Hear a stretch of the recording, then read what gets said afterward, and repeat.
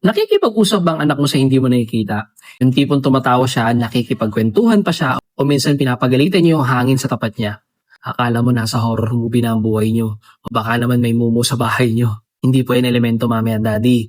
Pinoproseso lang niya ang kanyang social rehearsal at ang napakalawak niyang creative imagination. Panoorin mo ng dulo itong video ito.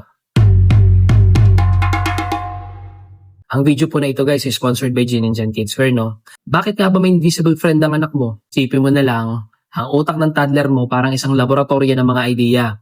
Ang pagkakaroon ng imaginary friend ay sign ng high intelligence at empathy.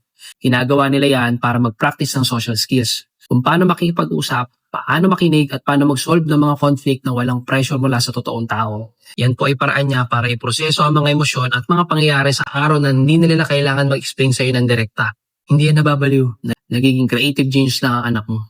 Huwag kang matakot o pagbawalan siya, daddy.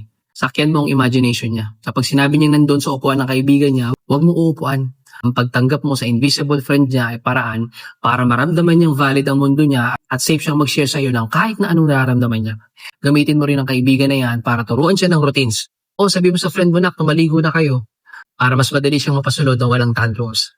Hayaan mo sila mag-explore sa mundo ng imagination nila dahil yan ang pundasyon ng pagiging madiskarte at malikhain yung paglaki. Tandaan po natin, ang batang marunong mag-imbento ng kwento, batang lalaki may malawak na vision at abilidad na makisama sa iba't ibang tao sa hinaharap.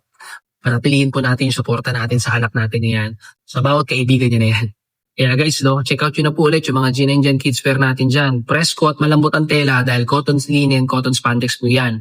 Perfect na perfect po yan sa mga batang bida-bida na laging busy sa paglalaro.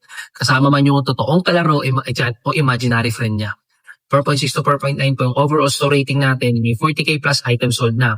Gamitin po natin 30 pesos of voucher na may minimum spend na 369 pesos. Makakabili na kayo ng 2 to 3 pieces agad. I-follow mo na yung page natin para sa mga latest designs.